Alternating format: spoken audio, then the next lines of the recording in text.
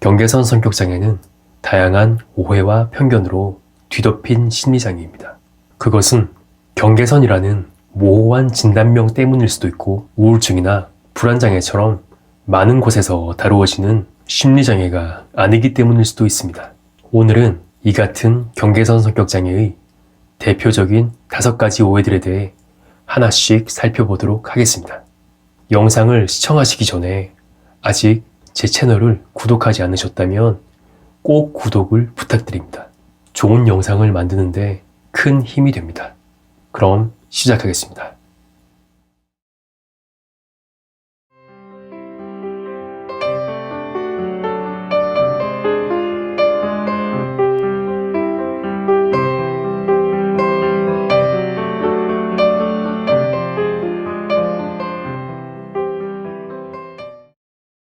경계선 성격장애는 치료할 수 있습니다.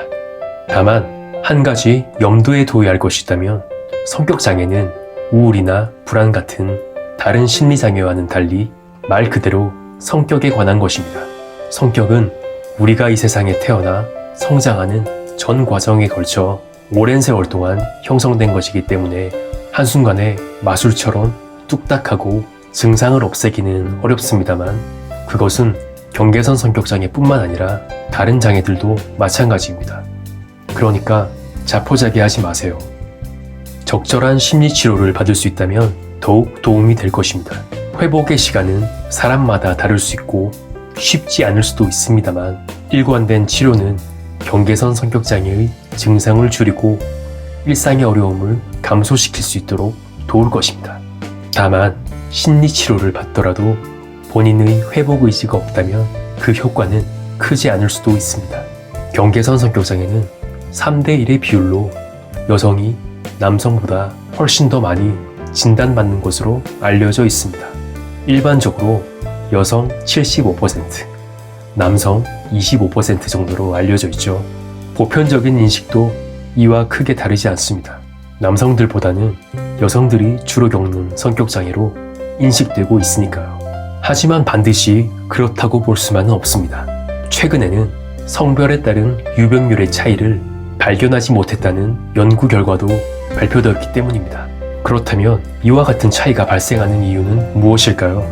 다양한 원인이 있을 수 있습니다. 한 가지 예를 들어보면 그것은 진단의 차이일 수 있습니다. 여성은 경계선 성격장애의 특성 중 하나인 강렬한 정서 변화가 주로 나타나지만 남성의 경우 경계선 성격장애의 또 다른 측면인 충동적인 행동이 더 강하게 드러날 수 있습니다. 이러한 충동성은 경계선 성격장애뿐만 아니라 충동조절장애, 물질남용 등을 비롯한 다른 장애에서도 주요한 특성으로 간주되기에 경계선 성격장애가 아닌 다른 심리장애로 진단받을 가능성이 존재하기 때문입니다. 더군다나 경계선 성격장애는 여성들의 전유물이라는 편견 때문에 남성의 경우 애초에 경계선 성격장애의 가능성조차 간과되기도 합니다. 또 다른 가설은 남성보다 여성이 심리치료의 도움을 더 많이 받기 때문에 통계적으로 여성의 유병률이 상승한 것일 수도 있습니다. 경계선 성격장애의 유명한 고정관념 중 하나는 어린 시절 부모로부터 받은 학대가 그 원인이라는 관점입니다. 물론 그러한 경우도 있습니다만 모든 경우가 그렇지는 않습니다. 경계선 성격장애는 다양한 원인들 간의 상호작용으로 발생하기 때문에 특정한 사건이나 환경이 전적으로 경계선 성격장애를 유발한다고는 볼 수 없기 때문입니다.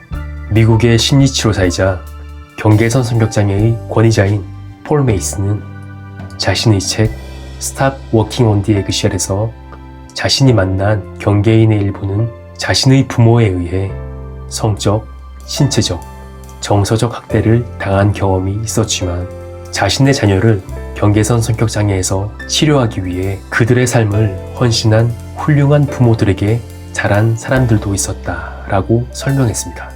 따라서 무조건적으로 경계인의 부모를 학대자로 낙인 찍는 것은 매우 주의해야 할 행동입니다. 경계선 성격장애를 겪고 있는 사람들은 분노 폭발, 자해, 자살 위협 등을 비롯한 다양한 충동적 행동으로 가까운 사람들을 자신이 원하는 대로 조종하려는 것처럼 보이기도 합니다. 하지만 이들의 행위는 조종이라기보다는 현재 이들이 처해 있는 극심한 불안 상황을 견뎌내기 위한 어쩔 수 없는 선택에 가깝습니다. 특히 거절과 그로 인해 활성화되는 유기불안이요. 물론 이러한 압박은 상대방에게 커다란 충격으로 작용합니다. 조종에 대해서 더 말해볼게요. 조종은 특정한 이익을 얻거나 목적을 달성하기 위해 의도적으로 계획되고 조성되는 행위입니다. 이러한 조종은 경계선 성격보다는 같은 비군 성격장애 중 반사회성 성격이나 자기애성 성격에서 두드러지게 나타나는 특징입니다. 그들은 원하는 것을 얻기 위해서 타인을 조종하려는 전략을 실제로 치밀하게 꾸미니까요. 이러한 관점에서 경계선 성격장애의 정서적 위협 행동은 조종이 아니라 이들이 처한 극심한 불안에 대한 기능적이지 못한 대처 방법으로 보는 것이 타당합니다. 이것은 말할 필요도 없이 너무나 잘못된 오해입니다. 경계선 성격장애를 다룬 다양한 문건에서도 볼 수 있듯이 경계선 성격장애를 가진 사람들은 그들의 파트너와 장기적인 관계를 유지할 능력이 있습니다. 즉, 충분히 사랑하고 사랑받을 수 있습니다. 다만 이들의 특별한 성격적 특성으로 인해 이들의 기분은 행복에서 분노로 극단적으로 변화할 수 있으며 이러한 변화는 예상치 못한 상황에서 발생하기에 파트너에게 커다란 혼란과 충격을 줍니다. 그런 의미에서 경계인과 비경계인이 함께 생활하고 애정을 유지하며 살아가는 것은 쉽지 않은 경험일 수 있습니다.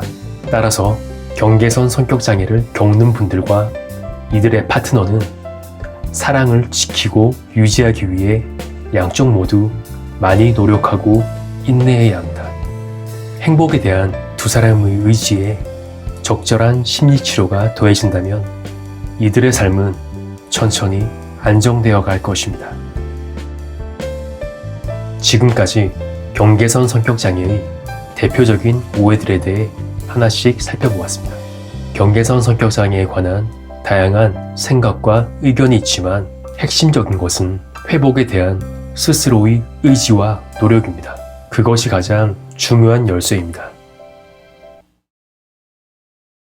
영상 어떠셨나요? 도움이 되셨다면 구독과 좋아요 부탁드립니다. 영상을 만드는데 큰 도움이 됩니다. 하고 싶은 말씀이 있다면 댓글로 남겨주세요. 저는 여러분의 이야기를 기다립니다. 그럼 다음번에 더 좋은 영상으로 돌아오겠습니다.